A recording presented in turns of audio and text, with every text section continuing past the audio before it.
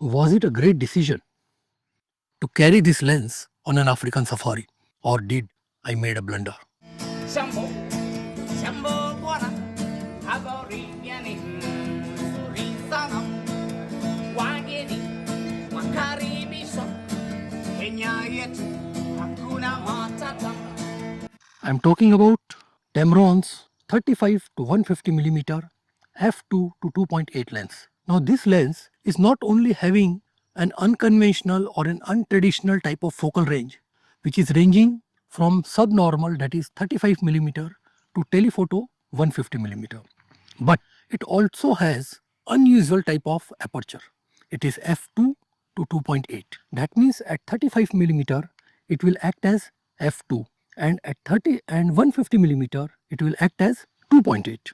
Now usually I have seen many wildlife photographers, my fellow photographers, using 70 to 200 millimeter f2.8 lens of any brand. I have never seen anyone using this 35 to 150 millimeter combination. So it is interesting to see how it performed on a African safari in Masai Mara, in Naivasha and in Nakuru.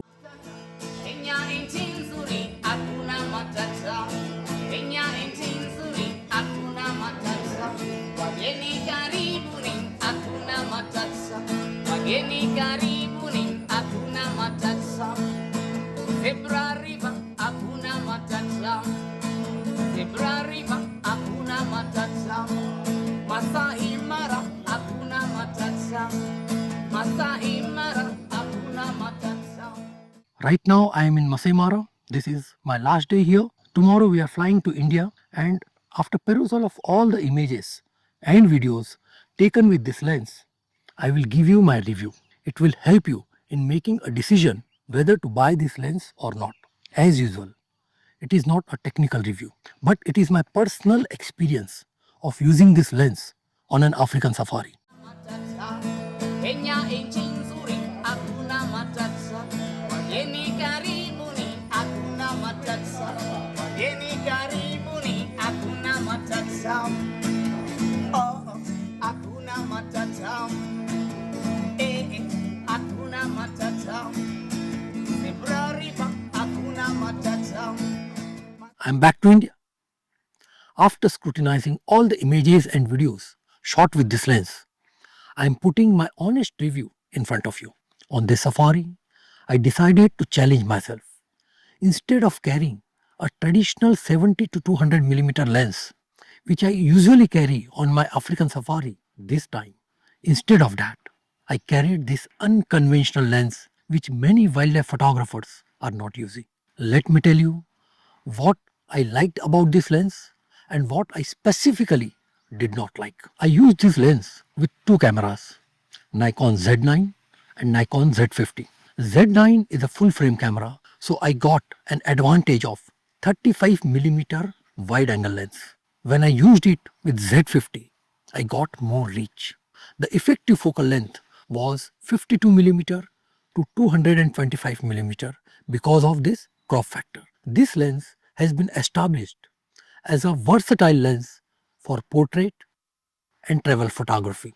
But I wanted to see whether this lens can justify the fast and unpredictable world of wildlife photography. I requested my friend Mr. Adnan Wali from Altaf H. Wali, the mega electronic shop in Nagpur, to loan me this lens. Tamron India responded positively and delivered this lens in time before my Kenya safari. In Naivasha, I used it with Z9 camera while on a walking safari at Crescent Island, and that proved to be a wise decision. Here, you can approach very close to the animals and also explore some unusual angles which is not possible on a vehicle safari. This allowed me to shoot wide angle close-ups at 35 millimeter and also telephoto portrait at 150 millimeter.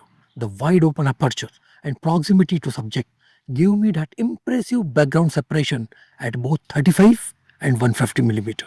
In addition to shooting wide angle close-ups, I also explored some tight portraits. It also provided flexibility when it came to shooting a group photograph. At Crescent Island, I could walk freely carrying this lens on Z9.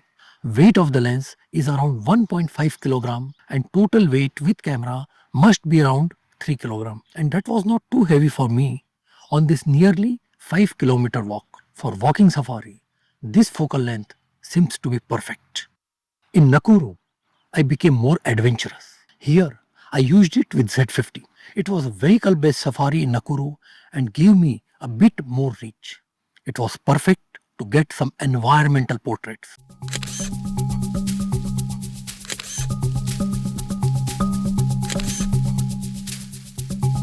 However, in Makalia waterfalls of Nakuru, I mounted this lens on Z9 to get that 35mm advantage.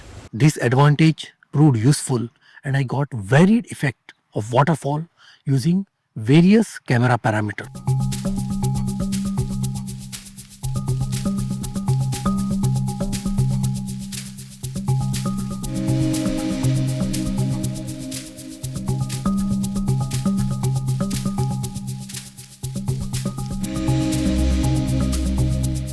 And I also shot that incredible Milky Way time lapse.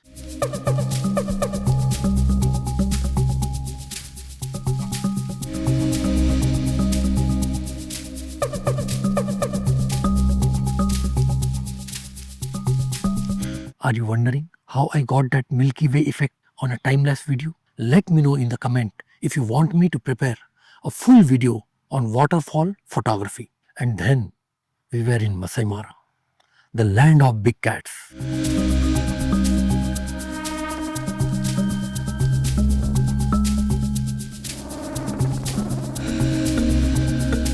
Here, I used a lens with Z9 and Z50 both. From immersive wide scale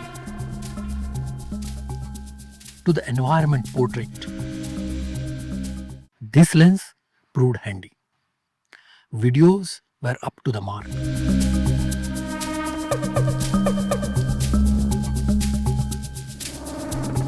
There was a time in Masai Mara when I changed this lens from my Z50 to Z9. This thing I never do it on field because of the dust going in the sensor. But that serene evening compelled me to do that.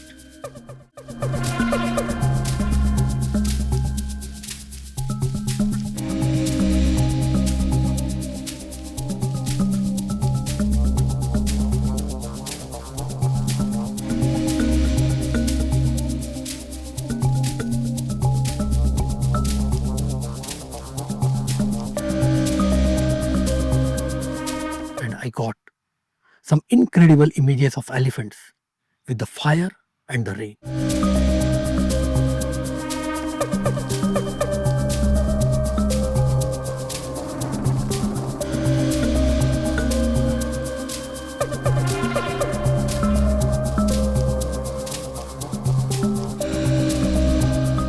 The wide open aperture was helpful in getting images in very low light without bumping ISO too much. The resultant images did show some amount of color noise.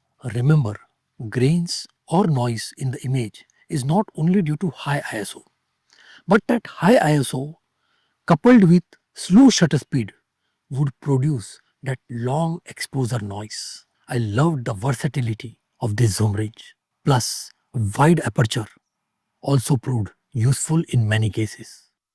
Close perusal of image did not reveal much chromatic aberration, but there was a color noise when ISO was bumped along with a slow shutter speed. But I could correct it by denoising in post-processing. It is a good lens and it is a quality lens. But one specific thing I did not like about this lens, and that was it has no tripod collar. Neither I saw any provision to fit any external third-party collar. This means essentially it cannot be mounted on a tripod. Because of this reason, it gave me shaky footage while recording video, especially when I compared it with the footage obtained from 180 to 600mm lens mounted on a Leo photo car stabilizer. If you are keen to know about my experience of using a Leo photo car stabilizer in Masai Mara, then watch this video. Link is also in the description. So what are my final thoughts? Since it is not a conventional lens, it told story differently. And that was a huge plus point for me. In a crowded market of wildlife photography, with all those traditional lenses, this offers a different perspective. If you are a kind of photographer who loves wider perspective, environmental portrait, or a shot which tells story differently, then this is the lens for you. As a wildlife photographer, you must be having a telephoto lens, either a prime lens or a zoom lens. But in addition, if you are looking for a wide angle lens which can also act as a medium telephoto lens, then this is the product for you. But I still feel they must have given that tripod collar. Tamron, are you listening? Anyway, keep exploring until next time.